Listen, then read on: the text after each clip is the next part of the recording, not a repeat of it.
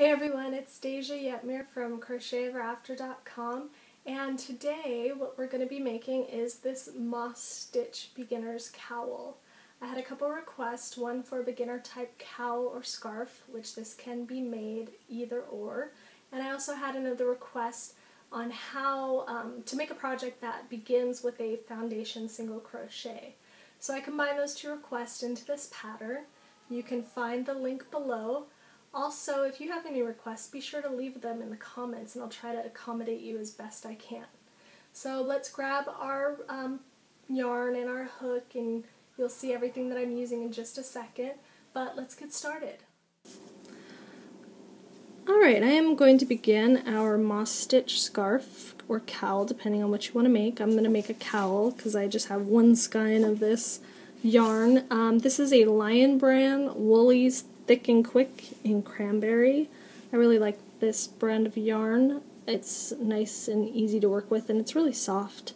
So I'm going to first put a slip knot on my hook, but I want you to make a really long tail, because we're going to use this tail to actually sew up our cowl. If you're making a scarf, you don't have to make it as long, but make it maybe like 24 inches, just so you have definitely enough tail to be able to sew it up at the very end. So I'm just going to create my slip knot by doubling over and pulling my working yarn through. Now I have a nice movable slip knot. As I said in my tutorial, this is a combination of two viewer requests, one for a beginner type scarf and the other to integrate foundation stitches into our work. So we're going to do 44 foundation single crochets. So I'm going to show you how to work through those again if you haven't seen my tutorial and you don't know how to do them. If you do, just start doing them and you'll be done hopefully by the time I am through a few of them, and you can just keep on going with me.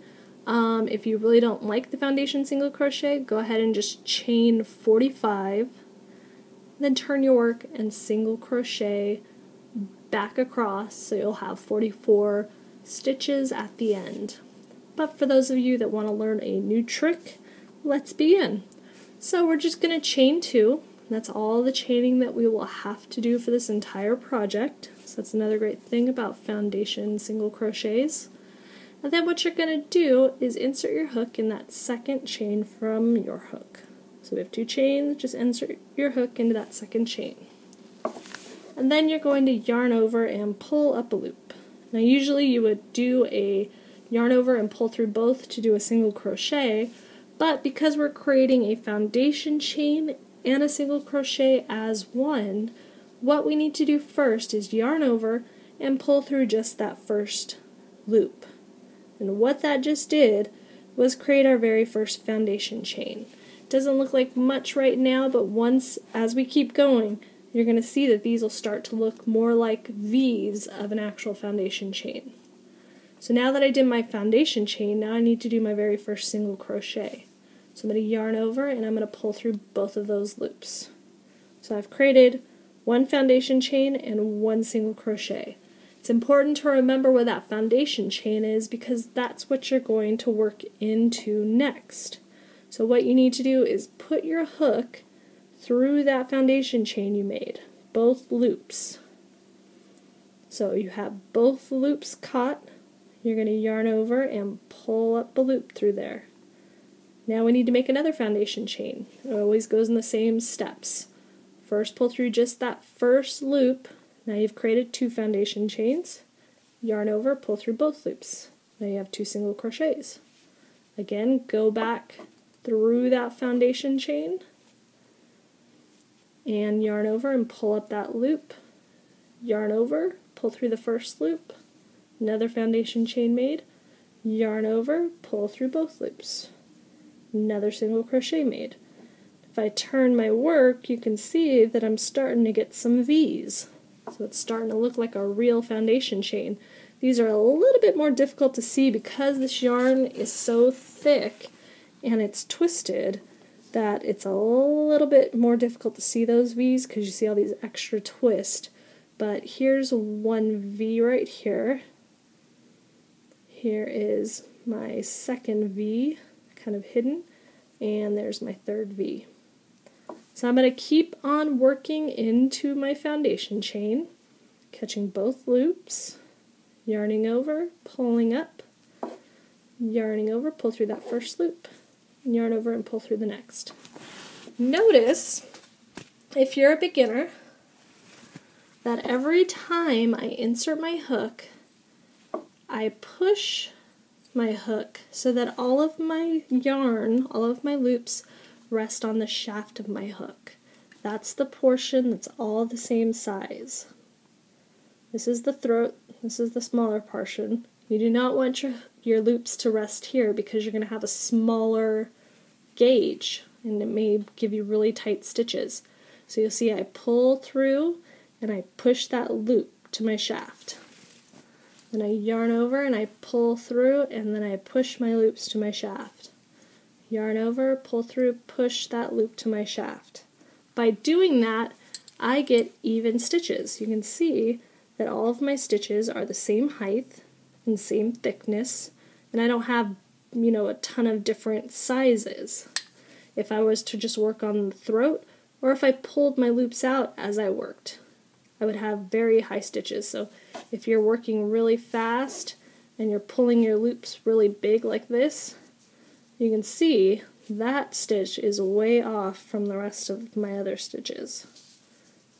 By keeping your loops on your shaft, you're going to have more consistent stitches, and usually your gauge will be pretty correct for most patterns that you read. So I'm going to keep on working these foundation single crochets. If you need more help on these, and you want to take a little break to go check out my tutorial on foundation single crochets, it'll give you a little bit more stitches that you can work on with me. You can check that out and come back over. But just keep on going until you get up to 44, and then meet me back here and we're going to start the first row of our moss stitch. So I will see you in just a minute. Alright, I have finished my 44 foundation single crochets, and I'm ready to actually begin my stitch pattern now. So what I did with this first row was just create a border for my project so it gives it a nice edge, and I'm not starting my stitch pattern on my foundation chain. Now for the stitch pattern, it's a pretty easy stitch pattern once you get going. All you're simply going to do is chain one. You always do that at the beginning of every row to get the proper height. And then I'm going to single crochet into that very first stitch. So if you are new, what I like to say is turn your work sideways and look for that very first V.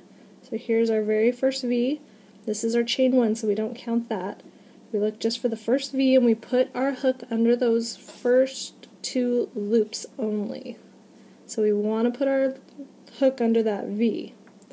Only catch those two loops. It's pretty easy to do with the foundation single crochet because the holes, if you can see, are quite large. So you can also just pull it apart and look for that big hole. That's why I like using chunky yarn for beginners, because everything is exaggerated. It's very easy to see where you need to put your hook. So I put my hook in, and then I yarn over, or I like to say lay over, because I'm just laying it over the top and catching it with my hook by turning it down. And then I'm going to pull up that loop and do my single crochet. Now the next part of my stitch pattern is I'm just going to chain one. So I want a nice chain one, so I keep the loop the same size as my shaft. And then I'm going to skip my next stitch. So what you can do, you can either pull your stitches apart to look for your next stitch, so you can see that hole right there, or you can turn your work sideways and look for your V. This V we want to skip. We want to now do a single crochet in the next V, or the next hole. So skip that first hole, stick your hook into the next hole. Just under those top two loops, yarn over and pull up again, and single crochet. So this stitch pattern, very simple. You're going to chain one, skip a stitch, and then single crochet into the next stitch all the way across. So again, I'm going to chain 1. Notice I push my loop back to my shaft so I get nice even stitches. Skip the next hole and put my hook into the one after. I'm going to lay over and do a single crochet. And when you get to the end, you're going to see that you have kind of these extra big holes where your chains are going. And that's going to be important for our next row. So all you're simply doing is chaining 1, skipping the next stitch, and single crocheting into the one after. Notice I keep pushing all of my loops to my shaft. Chain 1, skip the next stitch, work into the one after. So when you see your pattern and it has those stars, that is telling you that you're going to repeat what's in those stars over and over again. You do the chain 1, first you single crochet, chain 1, skip your next stitch, and then you start it over. You single crochet, chain 1, skip your next stitch, start the stars over. So when you're reading a pattern, if you're not used to reading patterns, you just simply follow the instructions in the stars until it tells you to stop. So I'm going to keep working across this row until we get right to the end so we can so I can show you what to do next. Alright, so I have worked across my row and I'm at the end of my very last star repeat where it's telling me to single crochet and then chain 1 and skip my next stitch, and the repeat tells me all the way to my last stitch. I'm repeating all the way to my very last stitch. So that means I'm not doing the repeat in the last stitch. I can't single crochet, chain 1, and skip a stitch because there's no other stitch to skip. So when you're reading those repeats, see where it tells you to stop. So it says stop in that last stitch, and then it tells me to single crochet. So all I'm doing is just a single crochet in that very last stitch. And that will finish off this row. Now I'm going to turn my work and I'm going to go on to my next row instructions. Now what I need to do to get the proper placement for everything is I'm going to chain 1 to get that height for my row, and then I'm going to show you how this pattern works. So first I'm going to single crochet into this very first stitch so that I get a nice edge that will be easy to sew together. And then this pattern repeat, all I'm simply doing is single crocheting around my chain 1 space. So I'm going to single crochet, and this is where the repeat starts. I single crochet all the way around. I don't have to look for a back loop in my chain 1. I don't have to work under 2 loops. I'm working around the entire thing. So that big hole that's right there, I'm just sticking my hook through it, yarning over, and pulling up. And you'll see I create a nice big space, and that's what I want. So I'm going to finish that single crochet. Then my repeat says to chain 1, and again I'm skipping my next stitch, which was a single crochet in the row below. Now I'm going to single crochet around my next chain 1 space. And again, chain 1 and skip my next stitch. So every single row from now on, all I'm doing is chaining 1 and skipping the single crochet that I made of the row below, and then single crocheting around the chain 1 space I made. And that's all that there is to this pattern repeat. The important part are your ends, because that's what can throw you off, knowing what to do with those. So that's where you need to pay attention with what your pattern says, or until you have that memorized. But the middle part, all you're doing, chaining 1 and single crocheting around that chain 1 space. So after you get that down, you can do anything while making this project. But I'm going to go across the row so you can see how to end the edging of this row and how to start the next row so that it becomes very clear how the pattern works. And then, I've got a little schmutz here, and then you can go to town and make this as tall as you want or as short as you want, or you can turn it into a scarf. It's a very easy stitch pattern, and it's very versatile, but it gives you a really neat finished product. So you can see already where I've worked around those chain one spaces, I have this little visual interest of these holes. And then my next row, when you see it, because I'm working around the chain one spaces, which are now in the middle of these two holes, I'll start creating holes there. So I'm going to have a stagger of these holes throughout my whole project, which is a lot more interesting looking than just, plain single crochet. So this is a great beginner project because it's very easy to do. All you're doing is single crocheting and chaining one, but it gives you a really neat finished product. So let me finish off this row and then I'll show you what to do next at the end. Okay, so now my pattern told me to work across, single crochet, chain one, skip my next stitch to my two last stitches. So I have 3 here that are unworked, but this one I'm supposed to be skipping from my chain one. So here is where my star repeat ends, and now I have my 2 last stitches. And it tells me to single crochet in those 2 last stitches. So I single crochet around that chain one space, and then I single crochet into that last stitch of the row. So it's pretty much a mirror image of the beginning of the row. I single crocheted into the first stitch and then into the chain one space. So I'm doing the same thing here. Now I'm going to turn my work, and this is the second part of the 2-row stitch repeat. So this pattern has a 2-row stitch repeat, which means after you learn this row, all you're going to do is simply alternate the row you just did and this row over and over again until you have your cowl or scarf as wide or as tall as you want it.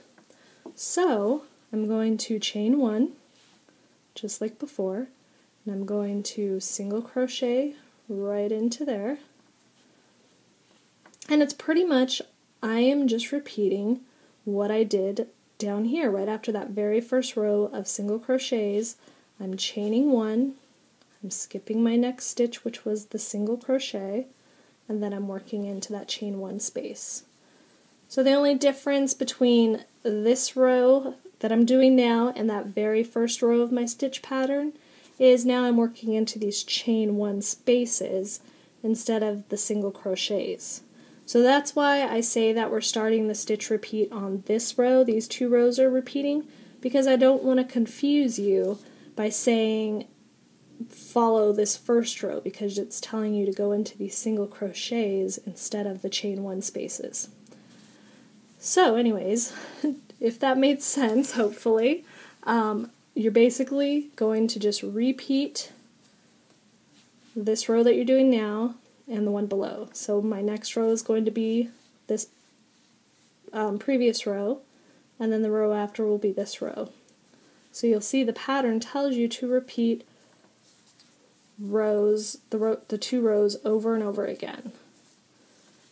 So once you get those memorized, you don't have to look at the pattern any longer. You can just keep going till either you run out of yarn or you like how tall it is. Whatever your choice is, just keep continuing to chain one, skip your single crochet, and work into your chain one space all the way across every single row. So I'm going to do a few more rows. Well, actually I'll stop at the end of this row so you can see the ending of this row also. So let me work across and then I'll come back at the end of the row. Okay, I'm at the end of the repeat of my stars. I have chain one and I have skipped my last stitch, and now I'm at the very last stitch of the row, and just as that very first row, I'm just going to single crochet into it. So let's take a look at how our pattern's starting to come about. So you can see that we have those little holes between each one, and as we work you're going to see that the pattern is a really neat looking pattern. And what we're going to do is continue with those 2 rows. So I turn my work, and all I'm going to do to begin is single crochet in that first stitch, and then single crochet into that next chain 1 space. And then I start my whole repeat again. You know, chain 1, skip a stitch, single crochet in the chain 1, all the way across. I'm going to do a couple more rows, and then I'm going to come back and show you how to measure the gauge. I like to do that in all the projects just so you learn how to do it, even when it's not that important. This one's not that important because it's not something that has to fit exact, but it's a good thing to learn how to do, and especially when you're working with different kinds of stitch patterns that aren't so easy to see where exactly you're supposed to measure. So let's go to maybe, I don't know, we'll do like another 4 rows, and then I'll come back and show you how to measure gauge. So just continue working on, and I will see you in a little bit. I have finished some more rows of the project, and I'm ready to show you how to check gauge. The vertical gauge on this is not too important because you can make it as tall as you want. This isn't for a garment that has to be a certain size. You do want to match up the horizontal gauge though, how many stitches across you have, so that it's big enough to fit over your head. If you make it too small, you're not going to be able to fit it over your head once you have it sewn up. So I want to also show you how to easily count these rows because they can look quite jumbled up once you get going. You can see my foundation single crochet down here. The holes between the foundation single crochet and the beginning of the stitch pattern are a little bit bigger than the holes between your actual project. I kind of like that because it gives it a nice little border, but it also makes it a little easier to count how many stitches we have. So what you can do, if you're going to count the foundation single crochet as your first row, look for those single crochets that you did in the chain 1 spaces. You can see that down here you see the little V that comes from each single crochet, and they're on a diagonal, so you can count either this way or this way. I find that easier to count than trying to count the rows going straight up because the chain 1s can get a little difficult to see. So I'm going to count these V's going diagonally. So I see 1, 2, 3, 4, 5, 6, 7, 8, 9. So I've done 9 rows of the stitch pattern, and now I'm ready to check gauge. So if you've seen my tutorials, you know that I love my Susan Bates knit check, and why I always write my patterns with 2-inch gauges, because this lovely little cutout really helps you to see what your gauge should be. So an easy way to measure gauge when you have a difficult stitch pattern and you're trying to see how many stitches are across is to measure the ends. Take either end that has your V's, that you can see the stitches clearly, and measure them. So put the knit check right over the top of it. I'm going to try to get it so you can see. Well, there we go. So start right where one stitch meets the next stitch. So I lay it over, and then you can see that I have 1, 2, 3, and 4. Sorry, let me get that a little bit better. 1, 2, 3, 4 stitches across. So I really have about 2 stitches per inch. That's why I had you do 44 foundation single crochets, because if you divide that by 2, that makes 22 inches. So that should be plenty big to fit over your head. Plus, you get a lot of stretch. So you still have a few more inches of stretch to fit over your head. Because the height isn't too important on this, I still want to show you how to measure it or how to find it on here because this stitch pattern is kind of difficult to see. So what you want to do is find the bottom of one of your rows. So use those V's to find the bottom of the row. The V's dip into the row below because of this stitch pattern. The single crochet goes around that chain one. So I'm going to start at the bottom of one of my single crochets to start counting my rows.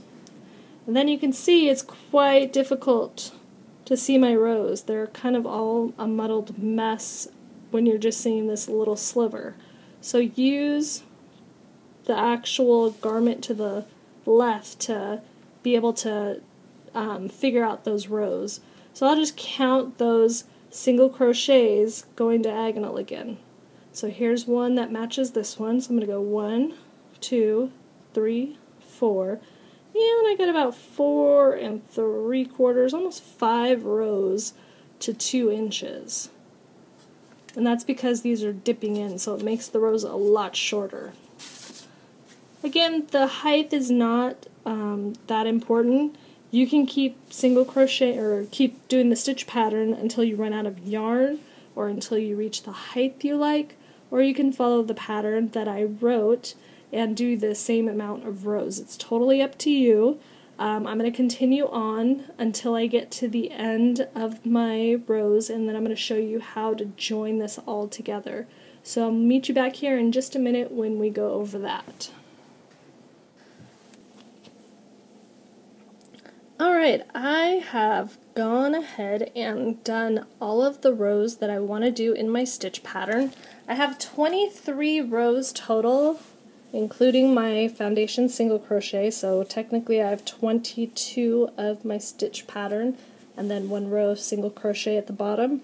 Now what I want to do is finish off my border by doing just a row of single crochet to finish off my cowl. Now if you're using yarn and you want to keep crocheting until you come to the end of your yarn instead of following the rows, and you want to get rid of the whole ball of yarn, what you can do is just make sure that you have enough yarn that if you lay it flat against your project, you can run it back and forth along your project about 3 times. So you should be able to run your whatever leftover yarn you have over your project about 3 times, and that's going to give you enough length to single crochet all the way across one more time.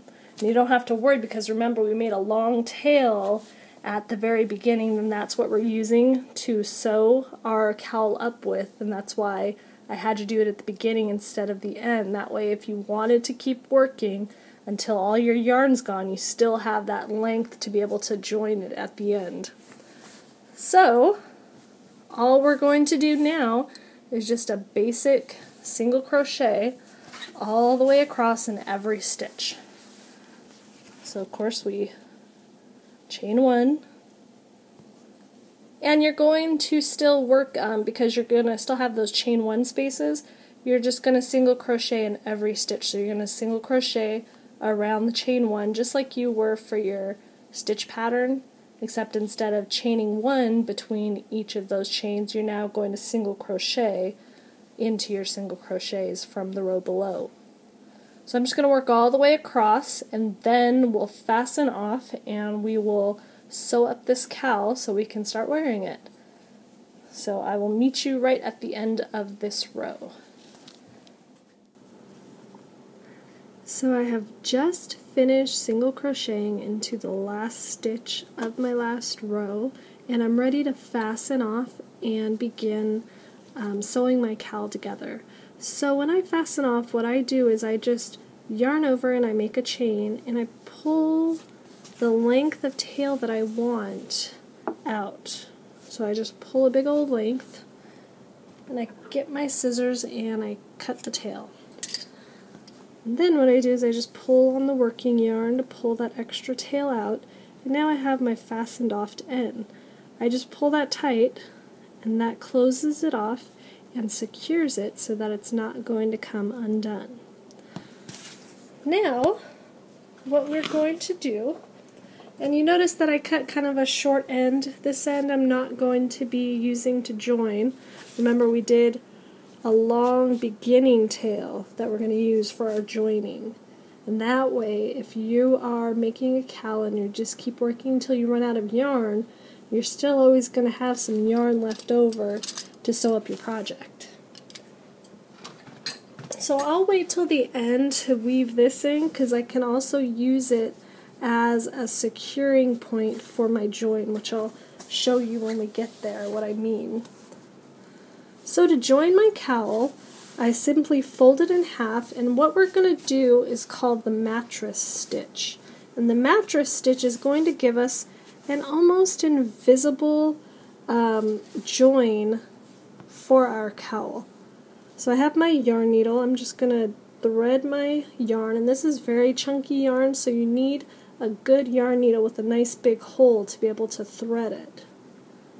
If not, you could always use a crochet hook and put it through where you need to join and grab your yarn and pull it through. It takes a lot of extra time, so I would invest in a good yarn needle if you don't want to have to do those extra steps. So I have folded my cowl. I've just folded it in half and kind of met in the middle so that you can see easier how this mattress stitch is going to go. Because what we're going to do is we're going to run our stitches inside our seams or our edges. So what I do is I find my corner, and it's got the chain, so I can just find where my corner is, and I'm going to stick my needle through it.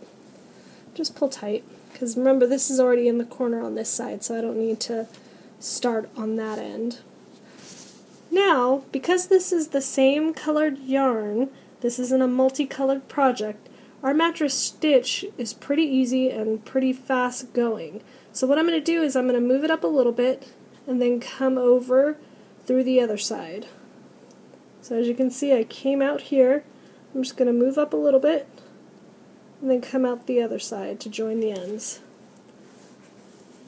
And pull it tight. And you see this nice long length will give me plenty of room to do my entire cowl. Again, I'll go up a little bit and come out the other side. And this is going to create a nice flat join because the ends are butting up against each other. Because these are row ends, there's no specific stitches to actually join your yarn through. If I was, say, sewing up this end, I could go through both tops of my yarn or just one loop each on each side, and it would be a lot easier to see. With this end, it's just all end stitches, so it's kind of jumbled. So it's up to you on where you want to place your hook, or your needle. So I'm going to keep on mattress stitching all the way up my project. So I just lift it a little, I find a nice loop that I want to go through, nice loop on the other side, and I just move up like a one loop each row. Or I do, I join about one row with each sewing pass that I do. And I try to catch one loop, two if I really want to, but I want this to butt up against each other. I don't want it to be, folded together and sewn that way. I would have just done a slip stitch seam if I wanted to do that, or a single crochet seam.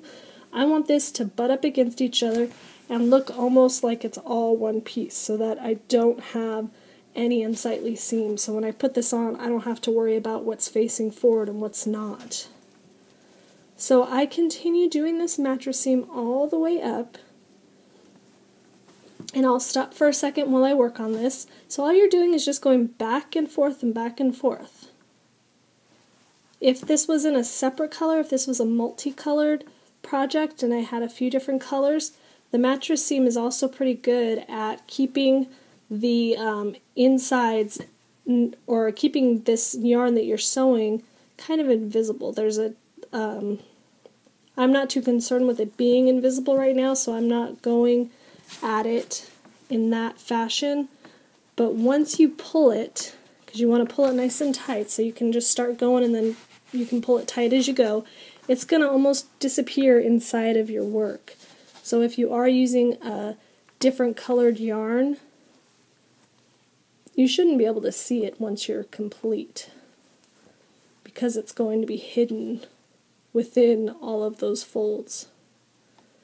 So I'm going to pause and get to the top and show you what I mean by using this extra tail as a joining method. Okay, I've finished sewing my seam. It's right here in the center of the picture. It's almost invisible, so when I hold it up you can't totally see where it's at, which is what I wanted with that mattress stitch. And now I have the two ends up at the top. So how I said you could use this before you weave it in is to secure it, is just do a little double knot. Pull it nice and tight, and then go ahead and weave in your ends. So I'll weave in one of the ends so you can see how I do it. So again, I put the yarn on my needle.